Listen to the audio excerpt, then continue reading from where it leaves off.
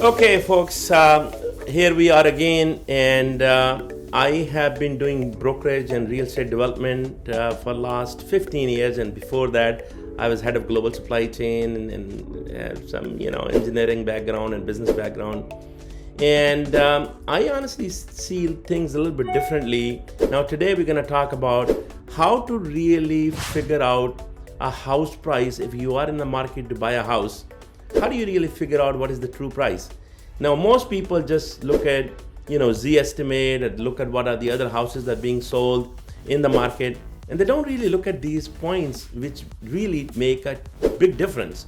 So first of all, when people look at the price, they look at the square footage and say how much is per square foot. Is it really the square foot you're buying or the volume you're buying? What if the house, the first floor ceiling is only 7 or 8 feet? Or what if the basement is, crawl space, or maybe even if it's a full basement, what is a 7 foot or 8 foot? It makes a big difference when the basement is 7 foot or 8 foot or even 9 foot. I'm telling you, the labor difference going from 8 foot to 9 foot is doubled. And so don't be fooled. And then also going from 8 foot to 12 foot, the labor is exactly same. Yes, the material will be different, but the labor is same. It's double labor whether you make 9 foot or you make 12 foot. So you might as well make higher ceiling if you're gonna make 9 foot. So these are the things which people need to understand. When you go out to buy a house, the very first thing you should do is go into the basement and look at what the basement height is. And then the other thing you need to look at is that what are the access to the basement and how many windows you have, how many doors you have. These all makes a big difference. So it's not about square footage, it's about looking at the hidden factors. So the most hidden factors are in your foundation. So you got to start looking at the foundation. Okay. Then again, of course, you got to see the volume in the first floor and the second floor as well. A lot of time people don't understand there is a double-story foyer and double-story family room, and most houses don't have double-story foyer or double-story family room. Then what happens? Then somebody is using the second story of the foyer or the family room as the room. So your foundation is much smaller. So you could have a 3,000 square feet house with a 1,000 square foot basement or 2,000 square foot basement. But if somebody made it on 2,000 square foot basement versus the other person made it on 1,000 square foot basement, you got to understand the difference. So most buyers don't understand that. It's very, very important to understand that. And then, of course, you got to see where is the garage.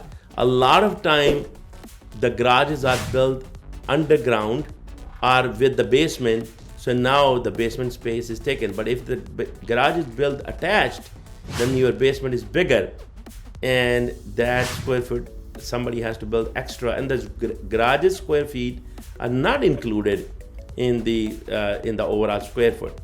So you got to understand that where is the garage built, because the builder's cost on having the garage attached versus under is totally different.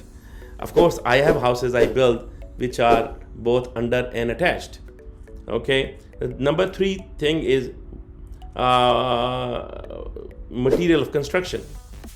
Now that's tough one to understand, but you got to see what kind of siding it is. A lot of people use only 2-dimensional siding. Is it 3-dimensional siding? What kind of material is it? And then what kind of material of sheeting is used internally, how thick the walls are, how thick is the insulation is, what type of insulation is it, what kind of finishes there is, how many recess lights you have. So there's lots of what kind of lighting fixtures, what kind of plumbing fixtures, all those things which are very, very important, small details. But a lot of buyers, in my experience, don't look at that. They only look at how many square foot is this house, how many square foot is that house, and then they just end up comparing prices, and that's just not a very fair comparison. I have seen houses my competitors build with a $200,000 less cost than my $1 million house. And so if I am selling $1 million home with a $200,000 more cost, and somebody else is selling $1 million home with $200,000, that's a 20% difference. So you got to really look at what the type of materials are being used. Then really the roof type. A lot of time customers do not understand that there is a hybrid roof, which is basically gable and hip roof. See, many people don't even know what gable and hip roof is. So you gotta, educate yourself. What are those? And I'm telling you, building a hip roof or hybrid roof is 50% more material and labor than building a gable roof, and you won't even know the difference. And then again, what kind of roofing material and all that there is. And then you gotta really see what kind of air leakage and energy efficiency. These are another very, very important factor which is going to change your operating costs. That's going to majorly impact whether you get $500 for your energy bill for every month or you get $200. Big difference. And then, of course, you need to see area and location, and many people understand that based on schools, accessibility to different routes and train station, public transportation, shopping, all that. Proximity to everything. Of course, it's very, very important that you can get in and out, not just for you, but people who are coming to buy the houses. And then, I talked about many other things, but I would say it's very, very important that you understand not just the square footage, but the volume, not just the location in terms of proximity to different routes, but also what kind of schools, whether hospitals, shopping, public transportation, all those type of things. What kind of exterior material, what type interior material. But last but not least, must go to unfinished areas and check that out, because that's where you know what builder has really done. Okay. And then, of course, if somebody finished the basement, it costs money. What kind of systems they have put in, what kind of energy efficiency there is. Did they use 99% efficient heating and hot water systems? What kind of heating there is? Is it natural gas, propane, or oil? Huge difference. Okay.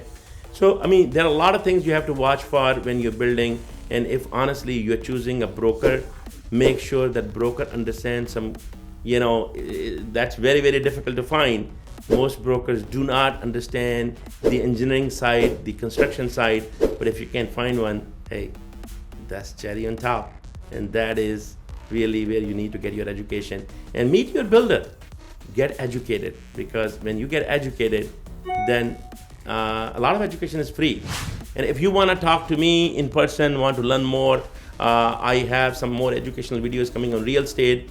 I'm gonna lay it out how to really become a wise buyer to a wise seller, and also how to become a real estate mogul without really spending too much money. Until next time, you have a great day.